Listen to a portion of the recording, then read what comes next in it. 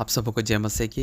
प्रिय भाई और बहनों, आज हम एक बहुत ही छोटा सा लेकिन बहुत गहरा वचन देखेंगे कि यीशु क्यों रो पड़ा।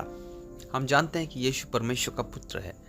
उन्होंने अंधों को दृष्टि दी, बीमारों को चंगा किया, तूफान को शांत किया और मुर्दों को भी जिलाया। फिर ऐसा क्या हुआ कि यीशु रो पड़े? यीशु लाजर के घर पहुंचे थे। लाजर मर चुका था। उसकी बहनें मरियम और मार्था दुख में थी। उनके साथ बहुत से लोग भी रो रहे थे। जब यीशु ने उनका दुख देखा तो उनका हृदय द्रवित हो गया और यीशु रो पड़े। लेकिन सबसे बड़ी बात कि यीशु क्यों रोए, सबसे पहली पॉइंट हो सकती है, पहली बात हो सकती है कि यीशु हमारे दुख को समझते हैं। कभी कभी हम सोचते हैं कि हमारी आंसू कोई नहीं समझता। हम लोगों से अपना दुख छिपा सकते हैं, लेकिन यीशु से नहीं। जब आप रात में अकेले रोते हैं, यीशु देखते हैं। जब आपका परिवार परेशानी में होता है, यीशु जानते हैं। जब आपका दिल टूट जाता है, यीशु आपके दर्द को समझते हैं। यीशु केवल दूर खड़े होकर हमारी परेशानी देखने वाले नहीं हैं। वो हमारे दुख में हमारे साथ खड़े रहने वाला वो परमेश्वर है, जिसके पास उस दुख को दूर करने का भी सामर्थ्य है। इसलिए जब आप दुखी हो तो यीशु से दूर मत जाइए, बल्कि उनके और करीब आइए, क्योंकि यीशु कहीं ना कहीं रोया है। सेकंड, यीशु मृत्यु और पाप के परिणाम को देखकर रोया। लाजर की मृत्यु केवल एक मृत्यु ही नहीं थी, बल्कि मृत्यु संसार में पाप के कारण आई थी। रोमियो 6:23 कहता है कि पाप की मजदूरी मृत्यु है। यीशु ने देखा कि पाप ने मनुष्य के जीवन में कितना दुख और मृत्यु ला दिया है। उनका हृदय दुखी हुआ।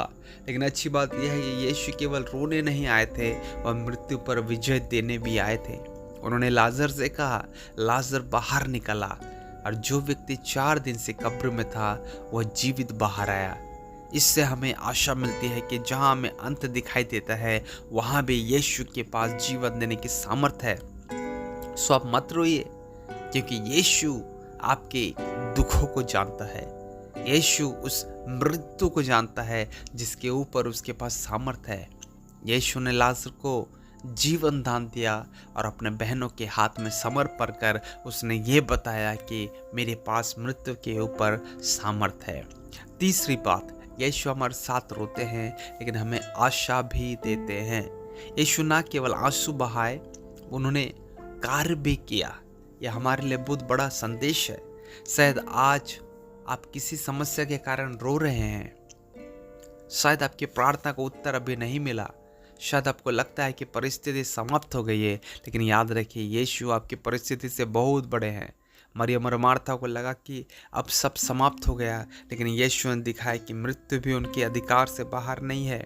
इसलिए अपनी परिस्थिति को देखकर निराश मत होइए, क्योंकि यीशु छोटा नहीं। यीशु आपकी सामर्थ, आपकी ताकत, आपकी समस्याएं, आपकी बीमारी, आपकी हर एक बात जो आपको लगती है कि बड़ी है, उससे यीशु कई गुना बड़ा है। यीशु आपको जीवन देना चाहता है। यीशु ना केवल रोया, बल्कि वह जीवन भी दिया। वो हमें एक नई आशा भी दिया और हमें बताया कि मैं तुम्हारे अंधकार में ज्योति जलाने के योग्य हूँ। चौथी बात, यीशु को रोना उनके प्रेम को दिखाता है। मेरे प्रियो, यूहन्ना 11:36 में लोगों ने कहा, देखो वह उससे कितना प्रेम रखता था।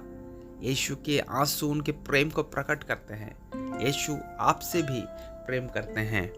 आपकी कीमत दुनिया तय नहीं करती, लेकिन आपकी सफलता आपकी कीमत तय नहीं करती। लोगों की बातें आपकी कीमत तय नहीं करती, लेकिन आपकी कीमत इस बात से दिखाई देती कि यीशु ने आपके लिए अपना जीवन दिया है। उन्होंने क्रूस पर अपना लहू बहाया ताकि हम पापों की क्षमा और अनंत जीवन मिल सके। मेरे प्रियो, आप अकेले नहीं हैं। यीशु आपके साथ है। यीशु आपके आंसू को देखते हैं, आपके दर्द को समझते हैं और आपके जीवन में नई आशा ला सकते हैं। आइए हम प्रार्थना करें। हे प्रभु यीशु, धन्यवाद कि जब हम रोते हैं तब आप हमें अकेला नहीं छोड़ते। हमारी दुख, हमारी परेशानी और हमारी आंसू को देखिए, हमारे टूटे हृदय को छूइए और हमारे जीवन में आशा, शांति और सामर्थ्य दीजिए। जैसे आपने लाजर के जीवन में आश्चर्य किया, वैसे ही हमारे जीवन में आश्चर्य प्रकट कीजिए, ताकि हम आपकी महिमा करने पाएं। आपने हमारे प्रार्थना को सुना, इसलिए धन्यवाद करते हैं। यीशु मसीह के नाम से इस प्रार्थना को मांगते हैं, सुनिए और ग्रहण कीजिए। आमीन। प्रभु आप सबको बहुत आशीष दे। आप सबको जय मसीह की।